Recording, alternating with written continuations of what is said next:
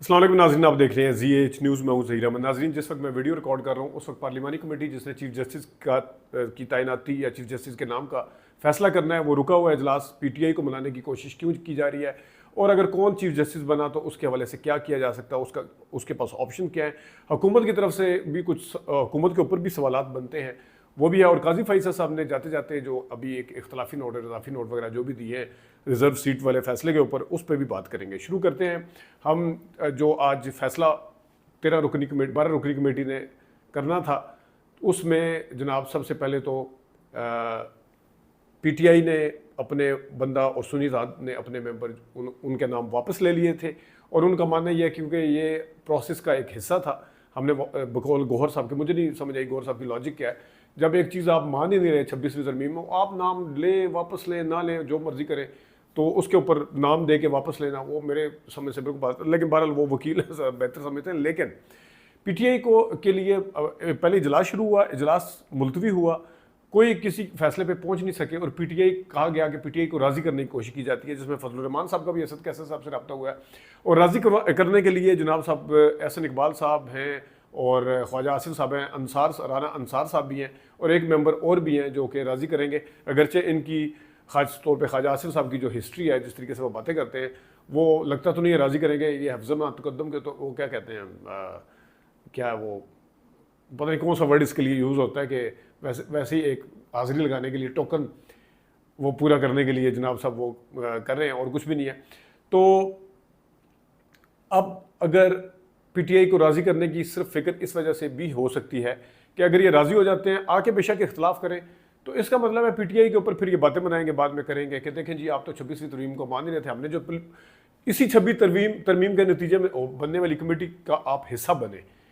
अगरचे इख्तलाफ किया लेकिन आप हिस्सा बने, इसका मतलब है आपने 26वीं तरमीम आईनी तरमीम जो है कबूल की है, और उसके नतीजे में बनने वाली कमेटी के अंदर आप आए बाकायदा तौर पर। और दूसरा ये है कि ज़ाहिर है जिस तरीके से वकला के तेवर नज़र आ रहे हैं, वो भी हुकूमत को साफ नज़र आ रहा है। जिस तरीके से नज़रसानी उसमें अपीलें लग रही हैं कोर्ट के अंदर इस 26वीं तरमीम के हवाले से, उसको रिवर्स करने के हवाले से, वो भी सबके सामने है।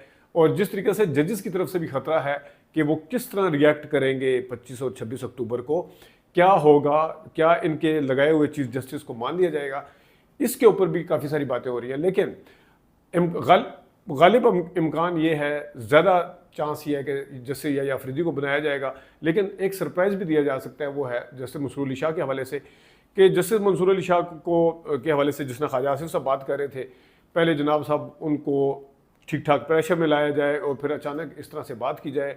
और कुछ लोग शायद ये भी बात करेंगे कि अंदरून खाना जनाब उनसे तय हो गया मामला, अगरचे वो उस तरह के जज नहीं है, लेकिन ये अंदरून खाना बातें ज़रूर होंगी कि अगर वो दे दिया जाता है। अव्वल तो अभी भी 90% से ज़्यादा इम्कान है कि या अफरीदी साहब को का नाम होगा, और या अफरीदी साहब का अगर नाम आता है तो उसमें इस कमेटी का फ़ायदा क्या कि जिसके अंदर PTI बाइकआउट कर गई है, जिसमें दो मेन जमातें हैं जिनके ज़्यादा मेंबर हैं, नून लीग और पीपल्स पार्टी।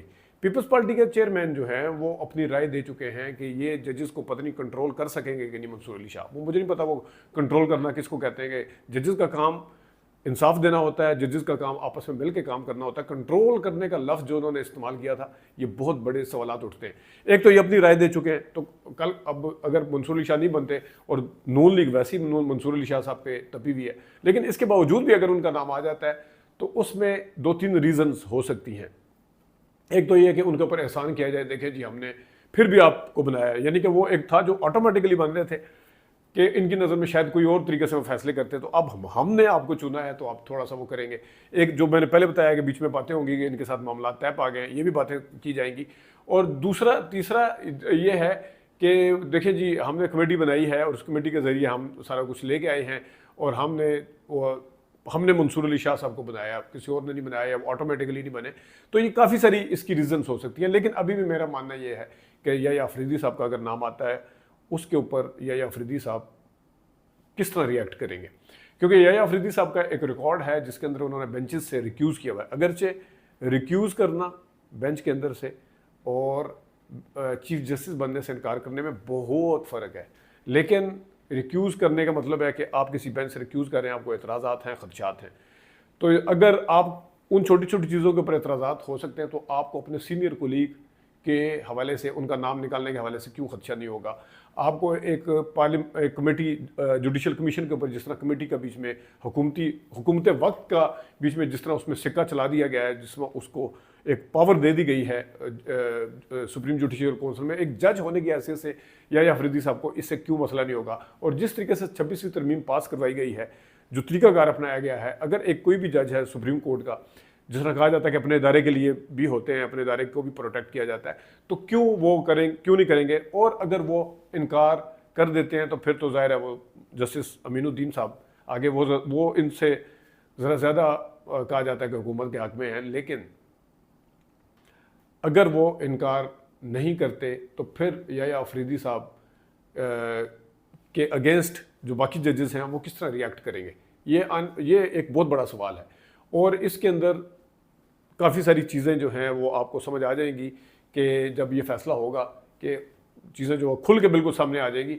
ये तो है मामला कमेटी के हवाले से। अब आते हैं जैसे काजी फैसल साहब मखसूस नशस्तों का तफसीली फैसला आने के बाद उन्होंने अपना इख्तलाफी नोट दिया है, और वैसे तो उन्होंने अपना चैम्बर वर्क आज से शुरू कर दिया, 3 दिन उनके बाकी रह गए हैं, लेकिन अभी जाते जाते भी उनके हवाले से मुबैना तौर पर इल्ज़ाम है कि वो सहूलतकारी कर रहे हैं अभी भी हुकूमत की। वो किस तरह कर रहे हैं कि अपने साथी जजेस के लिखे हुए फैसले के हवाले से वो कह रहे हैं कि इसमें इतनी गलतियां हैं, इसमें इतनी गलतियां, चले ठीक है, वो भी ठीक है, आप कह सकते हैं फैसले के ऊपर आप तनकीद कर सकते हैं, लेकिन उसके साथ साथ आप इलेक्शन कमीशन को भी दबे लफ्ज़ों में मैसेज दे रहे हैं कि कोई नहीं, जब तक नज़रसानी का फैसला नहीं आ जाता आपने मखसूस नशिस्तों वाले उस पर अमल दरामद नहीं करना। और अगर आप अमल दरामद नहीं करेंगे तो इसका ये मतलब नहीं तौहीन अदालत नहीं होगी। यानी खुद कह रहे हैं कि सुप्रीम कोर्ट का जिसने मेजॉरिटी ने फैसला दिया है उसके ऊपर अगर आप अमल दरामद नहीं करवाएंगे तो वो किसी सूरत भी तौहीन अदालत नहीं होगी। ये कर रहे हैं काजी फैसल साहब। लेकिन काजी फैसल साहब जो हैं वो किस तरह याद रखे जाएंगे और किस किस तरीके से उनको याद किया जाएगा, ये तो अभी तारीख लिखेगी। वो अब इतने आइन की छोटी छोटी टेक्निकल चीज़ों के अंदर छुपने वाला एक शख्स जो है, मैं छुपने वाला नहीं कहूँगा, लेकिन टेक्निकल चीज़ों के अंदर इची बिची देखने वाला बड़े बड़े असूल जो हैं उसको बिल्कुल रगेद दिया पकड़ के, किस तरीके से आपके अपने साथी जजेस कह रहे हैं कि एक पार्टी का इंतखाबी निशान किस तरह छीना जा सकता है, वहाँ से काम शुरू हुआ। और किस तरीके से आपने आज तक आपके रिकॉर्ड के ऊपर नहीं है कि आपने किसी बेंच से रिक्यूज़ किया हो। आपने हमेशा वो कोशिश की कि इमरान खान के ख़िलाफ़ कोई भी फैसला या PTI के ख़िलाफ़ उसका हिस्सा बने। आपने ये भी कोशिश की, जिस तरह अभी भी कर रहे हैं जाते जाते, कि हर वो काम जिसमें हुकूमत वक्त यानी नून लीग को सपोर्ट कर सकते हैं वो उस टाइम से आप करते आ रहे हैं जब आपने ओपन एंड शट केस था, टाइम बार्ड कह के आपने फैसला सुना दिया था। हुदैबिया पेपर मिल का उसमें आपने टाइम बार्ड कह दिया था, लेकिन बाद में आपने कई ऐसी फैसले किए, कई ऐसी रिमार्क्स दिए जिसमें टाइम बार्ड को आपने ज़रा सा भी मद्देनजर नहीं रखा था। खा वो नज़रसानी की अपील हो, खा फलाना काम हो कि जिसके अंदर 30 दिन के अंदर अपील करनी होती है, लेकिन सुप्रीम कोर्ट बार को ज़बरदस्ती घुसेड़ा गया। उसमें आपने बड़े बड़े जनाब आइन के और जो एक रवायात हैं सुप्रीम कोर्ट की या एक जो अदालत की रवायात हैं उसको किस तरीके से फ़ारिग किया है वो बिल्कुल सबके सामने है। तो अब देखते हैं कि फ़ैसला जो आता है वो क्या आता है, और आगे आने वाले दिनों में लॉयर्स क्या करेंगे उसके ऊपर भी नज़र रखेंगे। अपना ख्याल रखिएगा। अभी तक के लिए इतनी इजाज़त दीजिए। अल्लाह हाफ़िज़।